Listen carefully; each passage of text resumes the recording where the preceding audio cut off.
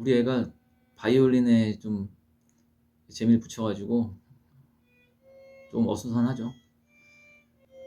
20대 때인가 친구가 집을 장만했다고 하길래 축하한다 그랬더니, 야 그게 어디 내 집이냐, 은행 집이지 하면서, 야 내가 집에 딱 들어가서 그 신발로는 그 신발장 딱 거기까지만 내 집이야 하더라고요. 그러니까 이 친구는 자산에 대한 개념이 있었던 거죠.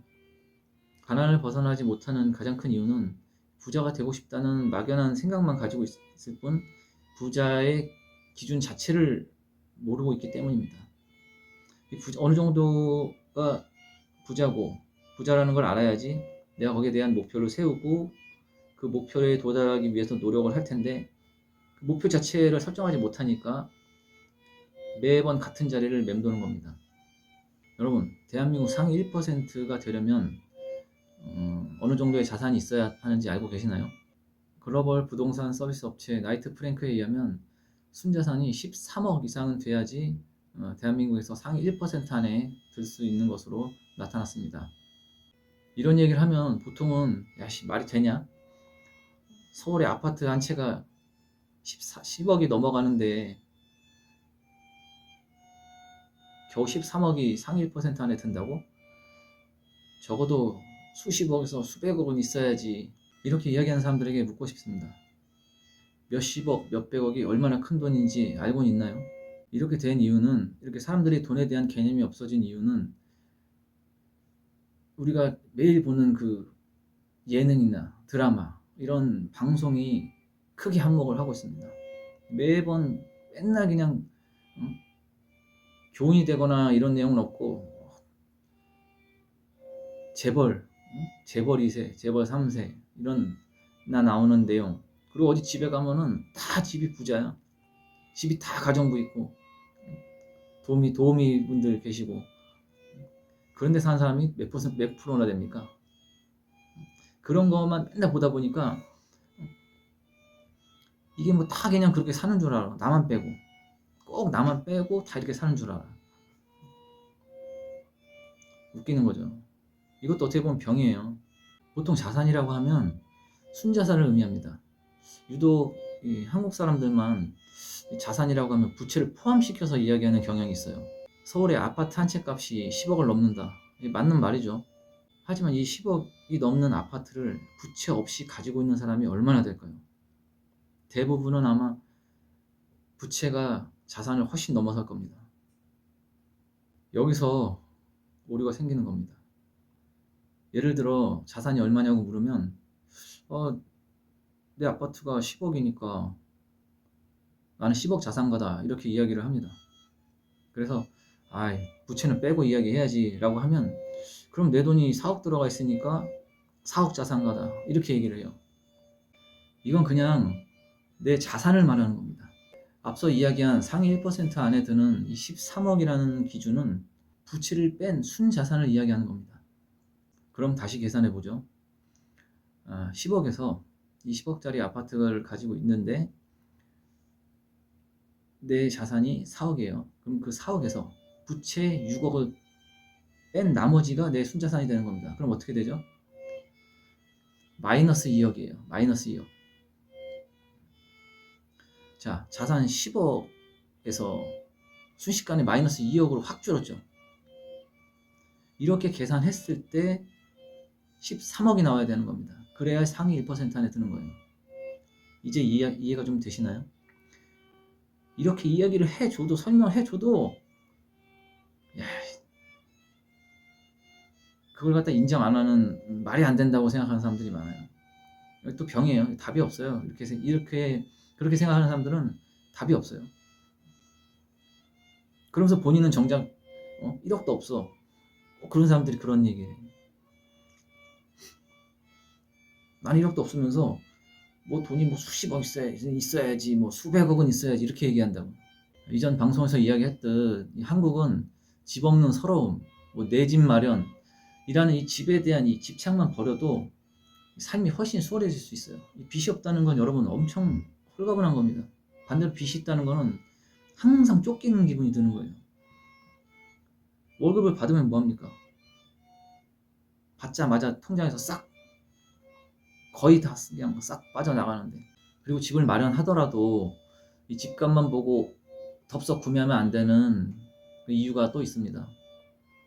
집을 부채 없이 일시불로 긁을 수 있는 사람이 있다면 사람들은 모르겠지만은, 그럴 수 있는 분이 아니라면 현 원금의 이자에 크게 늘어난 국민연금, 건강보험, 이것까지 매달 부담해야 합니다. 거기에 취득세, 종부세, 재산세, 이거 모르시는 분들 의외로 많더라고요. 여러분이 자산이 늘어나면요, 여러분들이 평소에 내던 국민연금, 건강보험료까지 같이 올라가는 거예요. 그것도 아주 많이. 내가 그동안 뭐 5만원 냈으니까 5만원 내고 10만원 냈으니까 10만원 내는 게 아니에요. 자산이 생기면 확 올라갑니다. 거기에 맞춰서. 여러분 자산이 늘어났기 때문에, 자산으로 그것이 잡히기 때문에. 집도 그렇고 차도 그렇고. 그러니까 내가 무엇인가를 자산을 소유한다는 것은 알고 보면 상당히 부담스러운 거예요. 차만 있다고 차를 부릴 수가 없죠. 기름값 들어가고 보험료 들어가고, 그런 것까지 계산을 해서 차를 한 대 사는 겁니다. 내가 그런 거 다 할 수 있을 때. 집도 마찬가지. 내가 집을 보유함으로써 재산세, 뭐 종부세, 그리고 늘어난 국민연금, 건강보험료, 이런 것들까지 다 내가 커버치고 원금의 이자 다 커버칠 수 있고도 내 생활이 될 때, 내가 외식도 할 수 있고 여행도 갈 수 있고 친구도 만날 수 있고, 이런 모든 게 다 됐을 때 그런 사람이 그 집을 한 채 살 수 있는 거예요. 그냥 집만 달랑 사면은요, 살 수가 있겠지. 평생 돈의 노예가 됩니다. 보통 부동산 뭐 1, 2년 만에 상환하지 않잖아요. 30년, 40년, 수십 년을 갚는데, 예를 들어서 뭐 40대가 30년을 상환하기로 하고 주택을 구매했다고 생각을 해보세요. 70살 넘어서까지 계속 그 빚을 갚는 거예요. 이런 생활이 1, 2년 지속되다 말다고 하면은 뭐 1, 2년 그냥 바싹 해서 내 집 막 생기고 문제될 게 없겠죠, 크게. 근데 이거 수십 년에서 내가 할아버지 될 때까지, 할머니 될 때까지 한다고 생각을 해보세요. 삶은 계속 피폐해지는데 아무 의미 없는 겁니다. 의미만 없을 뿐 아니라 삶이 굉장히 피폐해져요. 그리고 늘어난 금리, 이것도 보통 계산 안 하죠. 그냥 현재 금리만 생각하고 덥석 매수했다가 지금 금리 뭐 계속 오르죠. 빅 스텝, 자이언트 스텝, 뭐 울트라 스텝 해가면서 못 버티고 지금 떨어져 나가는 사람들이 지금 곡소리가 들리잖아요. 여기저기서. 그런 거 다 예상하고 구입을 해도 해야 되는 겁니다. 근데 그럴 수 있는 사람들이 얼마 될까요? 1%. 그리고 아파트가 고가이다 보니까 이 중개 수수료도 여러분이 생각하는 것보다 훨씬 커요. 뭐 몇십만 원, 몇백만 원이 아니에요. 천 단위로 나간다고. 그래서 부동산이 뭐 수억씩 어마어마하게 오르지 않은 이상은 한 1억 정도 오른 거는 1억이 올랐다, 2억이 올랐다 얘기하죠. 그거 올라가지고는요, 재산세, 종부세, 부동산, 중개 수수료 요것만 빼도 남는 게 없어요. 잘못하면 마이너스예요, 마이너스. 이것도 모르는 분들이 의외로 많더라고요. 그냥 1억이 오르면 그게 다 내 건 줄 알아. 주식이나 암호화폐 투자해 보신 분들은 아실 거예요. 이게 수수료를 빼고 나면은, 그러니까 예를 들어 1%가 수익이 났다. 그럼 1%가 다 내 게 아니에요. 여기서 수수료를 떼야 돼. 여러분이 1,000원에 산 걸 예를 들어서 1,000원에 팔았다. 그럼 1,000원에 산 걸 1,000원에 팔았으니까 똔똔이다, 본전이다 생각하실 수 있는데 마이너스에 마이너스. 부동산도 똑같아요. 더 쉽게 설명해드리면, 아파트 가격이 내렸다는 소리가 나오면, 야, 건물 10억짜리 1억 내렸는데, 겨우 2억 내렸는데 뭐 대수냐 그러거든요. 자, 계산해 봅시다. 아까 얘기했듯이 자산이 그 10억 중에서 내 돈이 뭐 예를 들어서 4억이라고 쳐보자고요. 계산해보자고요. 그러면 1억만 내려도 내 자산의 25%가 날아간 거예요. 자, 그럼 2억이 내렸다고 치면 얼마나 날아간 거죠? 내 자산 4억에서 50%가 날아간 거예요. 근데 이렇게 계산을 안 하고 부채 6억을 포함한 총 10억에서 계산을 해요. 야, 10억에서 1억 내렸는데 그럼 10%밖에 안 내린 것 같죠? 10억에서 2억밖에 안 내렸는데 그럼 20%밖에 안 내린 것 같죠? 그게 아니라는 겁니다. 4억만 내리면 여러분 깡통 차는 거예요. 그걸 알아야 돼요. 무주택자들 분들의 경우 이런 사실을 모르고 그냥 막연히 내가 없는데 나는 집이 없는데 저 사람은 집을 가지고 있으니까 그냥 부럽다. 뭐 그런 거 별거 아니다. 저 사람들은 다 그 갚을 능력이 된다라고 그 생각하시는 분들이 있는데 막상 저 사람들 입장에 되어 보면은 아마 숨이 그냥 꽉 막히실 겁니다. 그리고 제가 뭐 여러 뭐 부동산 영상이나 이런 거 보면서 꼭 지적하고 싶은 거, 꼭 얘기하고 싶었던 게 있는데 뭐 주택자, 무주택자 이런 말을 하는데 아니 이 말도 사실 맞는 말이 아니에요. 무주택자 이 말은 맞아요. 근데 유주택자라는 말은 말이 안 되는 게 뭐냐면 내가 빚을 다 갚고 그 집이 온전히 내 집이 됐을 때 100%내 자산이 됐을 때 내 집이 되는 거지. 이름만 홍길동 해서 내 이름으로 해놓고 빚이 아주 뭐 수십 년을 빚을 갚아야 되는데 그게 내 집인가요? 여러분은 속고 있는 거예요. 이런 거 착시예요. 이런 거에 빠지면 안 돼요. 이런 거에 속으면 안 돼요. 그럴듯하죠. 내 명의로 돼 있으니까 내 집 아니야? 내 명의로 돼 있는데 그거 손해보고 팔고 못 견디고 팔고 무슨 그런 사람들은 뭐예요 그럼?